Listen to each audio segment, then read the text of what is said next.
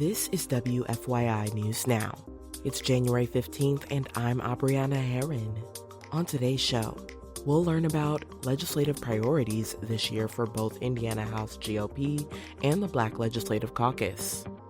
And a Republican-backed bill at the State House leaves the futures of 5 Indiana school districts hanging in the balance. Is that really what they want? Or is it something else to use it as a tool to get something else in regards to education? Those stories coming up. But first, a potential overhaul of the state's Medicaid expansion program would include changes such as caps on enrollment and limits on lifetime eligibility. Indiana Public Broadcasting's Abigail Ruman reports the overhaul would also reintroduce a proposal that the federal government previously blocked because it could lead to a loss of coverage. Work requirements position employment as a condition of eligibility and are part of the Senate GOP's plan for the Healthy Indiana Plan, or HIP. Leo Cuello is a research professor at Georgetown University's Center for Children and Families.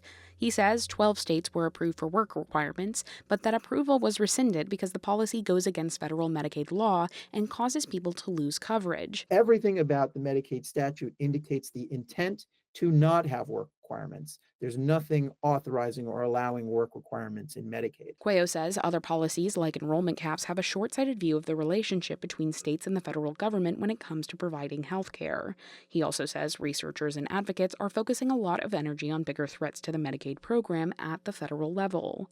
For Indiana Public Broadcasting, I'm Abigail Ruman. The Indiana House GOP's 2025 legislative priorities hope to build on previous initiatives that aim to bring down health care and housing costs. Indiana Public Broadcasting's Brandon Smith reports on the House Republican agenda unveiled Tuesday. Representative Martin Carbaugh's legislation would examine what nonprofit hospitals are charging for services compared to the Medicare reimbursement rate. If you're charging over a certain level, and we have a starting point in the bill, are you really a not-for-profit hospital anymore, or are you a for-profit hospital? The measure would revoke nonprofit status for hospitals charging more than 200% of the Medicare reimbursement rate. On housing, Representative Doug Miller's bill would put more money into a previously created housing infrastructure loan fund for local governments.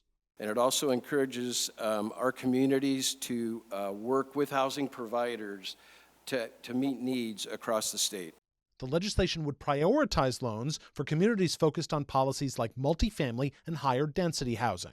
For Indiana Public Broadcasting, I'm Brandon Smith at the State House. And the Indiana Black Legislative Caucus says its focus in the 2025 session is making Indiana safer, healthier, and more equitable. The caucus's agenda is concentrated on bills to improve physical and mental health. Black Caucus priority bills include more coverage for obesity treatments, funding for first responders' mental health care, enhanced coverage for maternal health programs, and education on water safety, Alzheimer's disease, and dementia. Caucus Chair Earl Harris Jr. says improving health is about more than just access to testing and treatment, but also enhancing food security, affordable and safe housing, as well as creating incentives for medical professionals to train and practice here in the state of Indiana. Many of the caucus's bills come with a price tag in a year when the state budget will be tight and Republicans are looking to cut Medicaid spending. Representative Robin Shackelford says it's not just about upfront costs. If we can get in on front end and invest in it, then we can save more on the back end. The legislative session runs through April. And for our final story today, the futures of 5 Indiana school districts, including Indianapolis Public Schools and Gary Community Schools, hang in the balance. From WFYI's Education Desk, Rachel Fredette reports how a Republican-led bill could have ulterior motives. House Bill 1136 would close 5 school districts because more than 50% of students who live in their boundaries attend other schools. District schools would convert to charter schools. But the bill might only exist to start discussions about giving charter schools a share of local property tax dollars, which school districts already receive. Charter schools are mostly funded by state dollars, but advocates say that's not equitable compared to traditional public schools. Democrat Greg Porter represents parts of Indianapolis in the Indiana House. Is that really what they want? Or is it something else to use it as a tool to get something else in regards to education? Bill author and Republican Representative Jake Teshka says it's about student outcomes, but property tax revenue sharing could come up.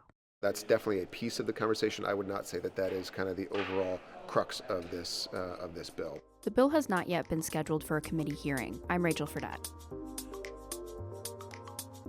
That's all for today's episode of WFYI News Now. Our podcast is produced by Drew Daudelin and Zach Bundy, with support from the news team at WFYI and public media journalists across the state. Our news director is Sarah Neal-Estes. Kendall Antron produced our music, and I'm your host, Abriana Herron. If you like today's episode, remember to subscribe and share. And follow WFYI on Instagram, TikTok, Facebook, and YouTube to check in on our newsroom throughout the day.